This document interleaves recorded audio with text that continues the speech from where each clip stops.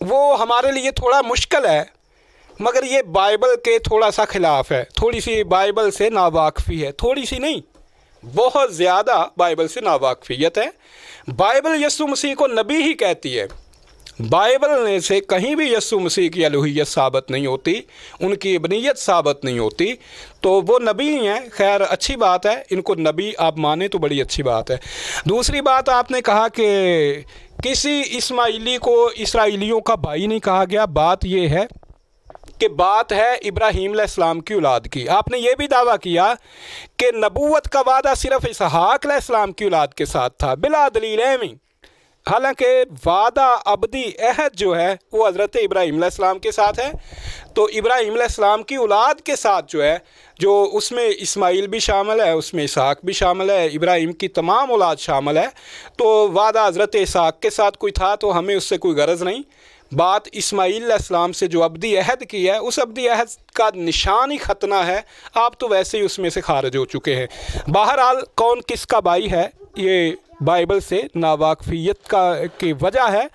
Bible میں جہاں حضرت اسماعیل کے بارے میں لکھا ہوا ہے نا، وہی لکھا ہوا ہے کہ وہ اپنے سب بھائیوں کے سامنے بسا رہے گا اسماعیل۔ میرا سوال ہے کہ اسماعیل جو تھے ان کے بھائی کون تھے، کن بھائیوں کے سامنے وہ بسا ہوا تھا؟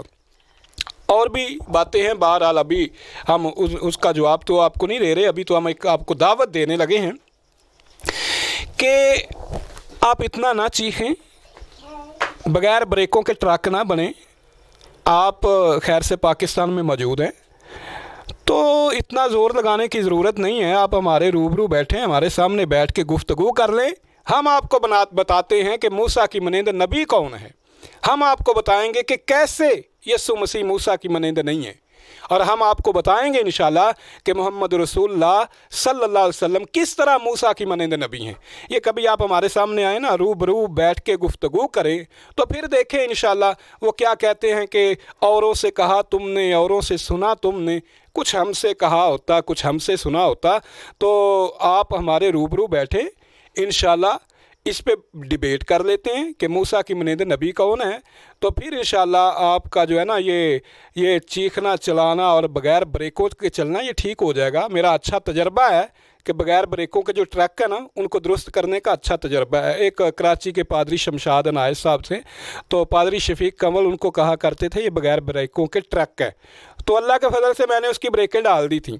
تو آپ اتنا چیخیں چلائیں نا حضرت اسماعیل کے بارے میں اور اسماعیلیوں کے بارے میں، آپ نے جو کچھ بھی کہا آپ ایسا کریں، مل بیٹھ کے آپ میرے مہمان بنیں، ویلکم، روبرو گفتگو کر لیتے ہیں، تو یا مجھے بلا لیں میں آپ کے پاس آ جاتا ہوں، تو انشاءاللہ وہ نبی پہ، موسیٰ کی مانند نبی کون، اس پہ باقاعدہ ڈیبیٹ کر لیتے ہیں۔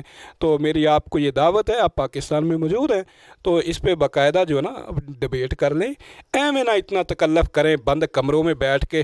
وہ بندہ کہتے ہیں جی بندہ بند کمرے میں اپنے گیا باتھ روم میں نہانے کے لیے، تو دیکھ کے خوش ہو رہا ہے، وہ میرے ایڈے ایڈے ڈولے، میرے ایڈے ایڈے پٹ، تو انہوں پتہ نہیں میں پلوانہ دے سامنے گیا نا تو سائیاں ایک ڈنٹ مار کے دھون بھن دینی ہے۔ تو آپ وہ کام نہ کریں، آپ جو ہے نا اپنے گھر میں باتھ روم کے سنگر نہ بنیں، تو انشاءاللہ ہمارے سامنے بیٹھیں، ہم آپ کو بتائیں کہ موسیٰ کی مانند نبی کون ہے، ٹھیک ہے؟ تو ہم نے یہ آپ کو چیلنج کیا ہے، ہمیں آپ کا چیلنج قبول ہے، آپ ہمارے سے روبرو آئیں، ہم آپ کو بتائیں انشاءاللہ۔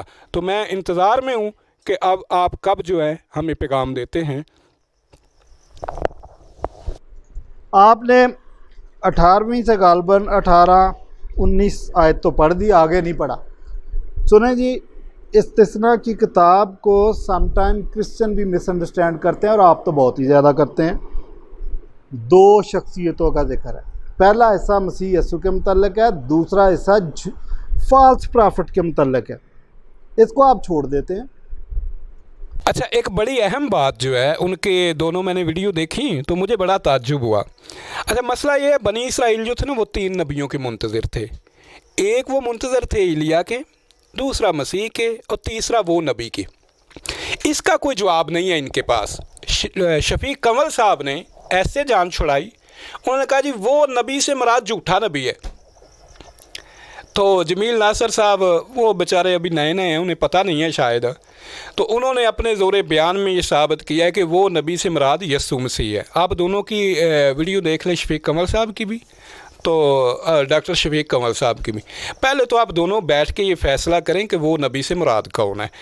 تو جناب شفیق کمل صاحب کہتے ہیں کہ وہ نبی سے مراد جھوٹا نبی ہے، اور جمیل ناصر صاحب نے بڑا چیخ کے چلا کے وہ نبی وہ ہے جو بند آنکھیں کھولے گا، یہ کرے گا، وہ کرے گا، اور وہ سارا اس سے مراد انہوں نے بتایا کہ اس سے مراد جو ہے وہ یسوع مسیح ہے۔ ان کی آپ ویڈیو آپ سن لیں، دونوں آپ دیکھ لیجیے۔